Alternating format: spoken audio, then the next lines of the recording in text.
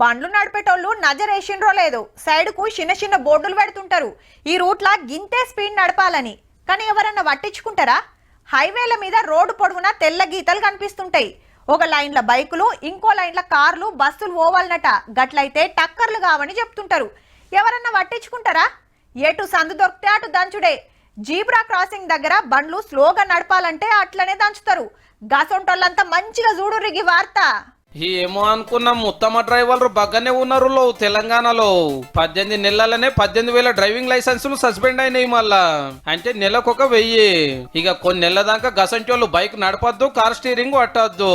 మరి గంతగొట్టు శిక్ష దేనికంటే బిర్రుగా పోత పోసి బండెక్కి దొరికినోళ్ళు, రోడ్డు మా తాత జాగిరని రయ్యు నురికినోళ్ళు ఒక పారి 2 మాట దొరికి ఇడిచి పెడుతున్నారు కూడా.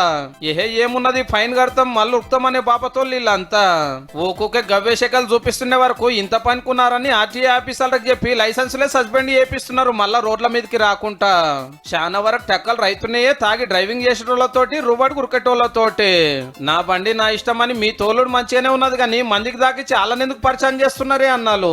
వద్దురా నాయన, ఆగమాగం పోయి ఆగం కాకుర్రి, ఇంకోళ్ళని ఆగం చేయకురని ట్రాఫిక్ వాళ్ళు అంతగానో మొత్తుకుంటున్నది మన కోసమే కదా.